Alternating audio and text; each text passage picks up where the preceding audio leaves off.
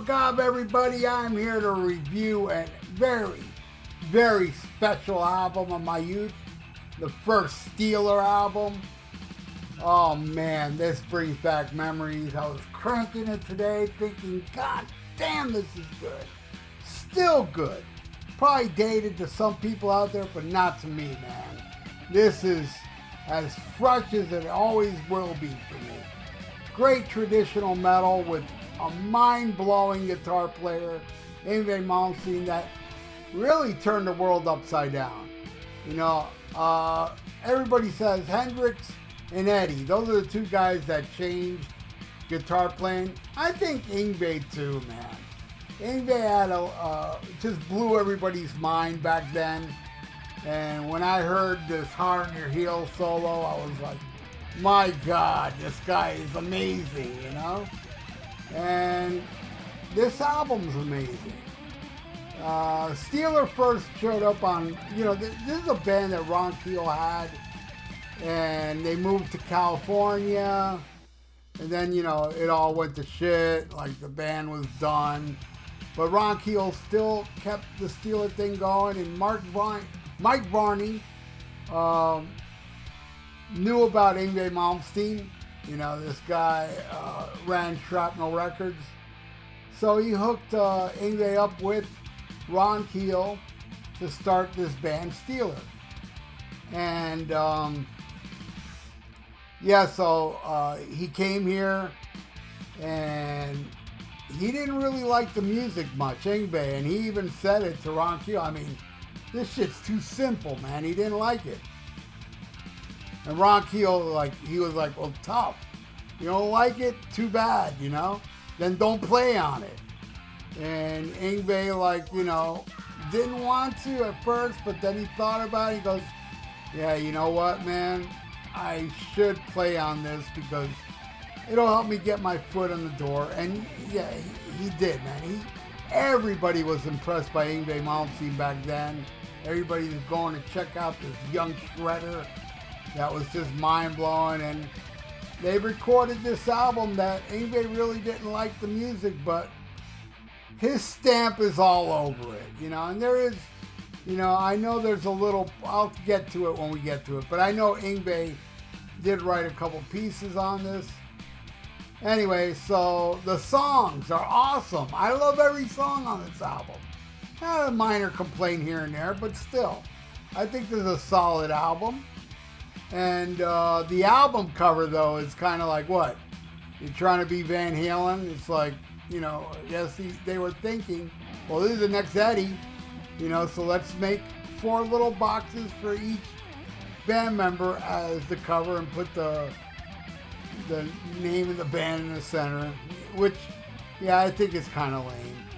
But whatever, man, that's just the album cover. The album itself, Cold Day in Hell starts it all off, which is the song that was on Metal Massacre with the original Steeler. This is this lineup, and it's great, man. It's a classic, killer opening track, killer traditional metal.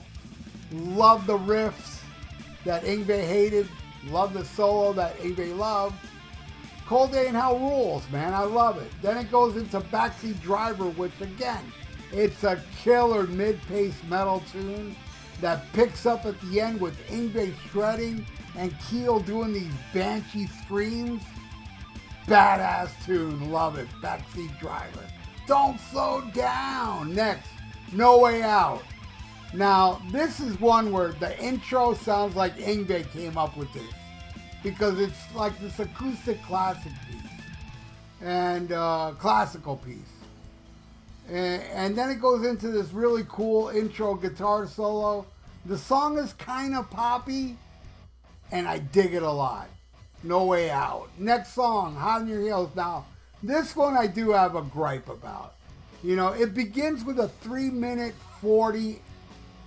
and 40 seconds insane guitar solo that I think should have been its own track. That's my complaint about it.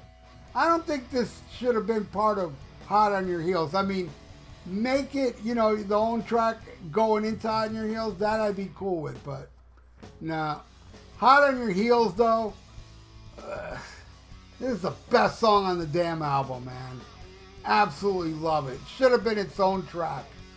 But, you know, it's my favorite off here. It's a kick-ass song. It's pure metal. And yes, the show I was addicted to back then on the radio and the metal shop used a piece of this solo as their intro. Love Hot on Your Heels. What a great tune. Now, Abduction is a solo track, which is basically, they should have did to Abduction what they did with Hot on Your Heels. Abduction should have been part of the next track, On the Rocks, because, you know, it's a little intro. It's great. It's unlike Hot on Your Heels. It's a separate track, and it should have been part of On the Rocks. It's a killer metallic tune. I think On the Rocks just smokes. Damn, I love this traditional metal. I love this song, On the Rocks. All right, next is Down to the Wire. You know, I love that part. Come a little closer, put your life on the line.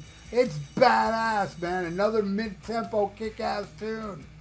Love Down on the Wire. Next, Born to Rock.